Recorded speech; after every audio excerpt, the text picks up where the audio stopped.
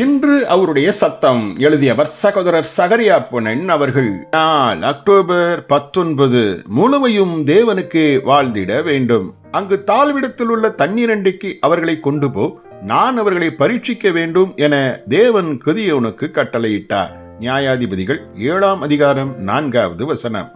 அந்த 10,000 பேரும் தண்ணீரண்டைக்கு வந்தபோது அவர்களில் பெரும்பாலோர் தங்களுடைய சத்துருவை குறித்த யாதொரு எண்ணமும் அற்றவர்களாய் குனிந்து தண்ணீருக்குள் தலையை பதித்து சுவைத்து குடித்தார்கள். இன்றும் அநேக கிறிஸ்தவர்களுடைய நிலை இவ்வாறாகவே இருக்கிறது. உலகத்தின் கவர்ச்சிகளை கண்ட மாத்திரத்தில் தங்கள் ஆண்டவரையும் அவருக்குரிய யுத்தத்தையும் மறந்துவிட்டு பொருளாசை பிடித்து உலக செல்வத்தை தேடி தங்கள் தலையை கவிழ்த்து அதில் பதித்து கொள்ளுகிறார்கள். அன்றைய தினம் கிதியோனின் வீரர்களில் 9,700 பேர் தகுதியை இழந்து போனார்கள். எஞ்சியிருந்தவர்கள் 300 பேர் மாத்திரமே.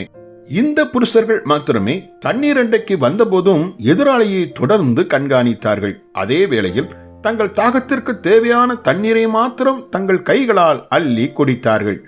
உத்தம விசுவாசிகளாக சித்தரிக்கப்படும் இவர்கள் பணத்தையும் உலக பொருட்களையும் புழங்கினார்கள். ஆனால் அவைகளால் ஆட்கொள்ளப்படவில்லை.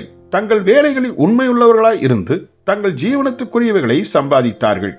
மீதியான தங்கள் நேரம் முழுவதையும் ஆண்டவருக்காக அவர்களால் என்ன செய்ய முடியுமோ அந்த ஊழியங்களை செய்தார்கள்.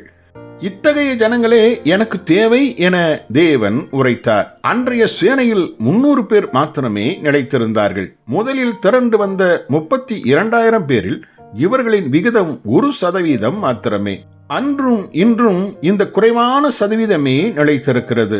ஏனெனில் ஜீவனுக்கு போகிற வழி இடுக்கமாயும் அதை கண்டுபிடிப்பவர்கள் வெகு சிலராயும் இருக்கிறார்கள்.